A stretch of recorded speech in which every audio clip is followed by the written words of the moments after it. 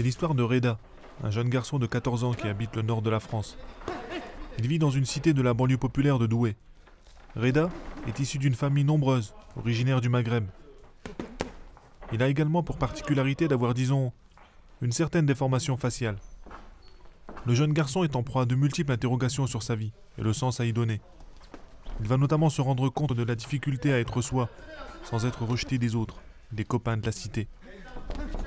Il nous livre à sa manière les coulisses de la vie dans les quartiers, comme par exemple le racisme anti-français, ou encore l'islam radical.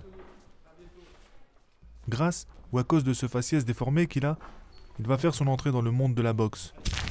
Il se découvre alors une passion dévorante, et en quelque sorte une autre vie. Il a dès lors l'impression de vivre deux vies, dans deux mondes, ou plutôt deux pays. Il va devoir trouver un subtil équilibre pour parvenir à les concilier, et construire sa vie. Se construire, lui, le jeune homme, le jeune Français d'origine maghrébine. Lui, Reda, le jeune sportif, promis à un bel avenir. Ce roman, dont une partie est autobiographique, a été écrit avec la volonté de percer quelques mystères, mais aussi incompréhension d'une société dans laquelle j'ai grandi. D'autres ont grandi dans les mêmes cités, le même environnement, la même famille. Certains sont docteurs, ouvriers, d'autres sont devenus boxeurs, d'autres encore sont en prison.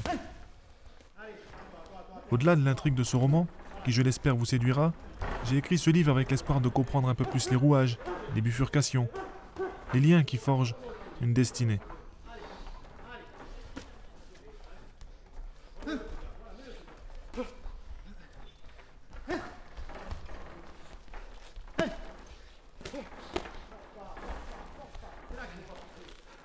Merci, prends les appuis.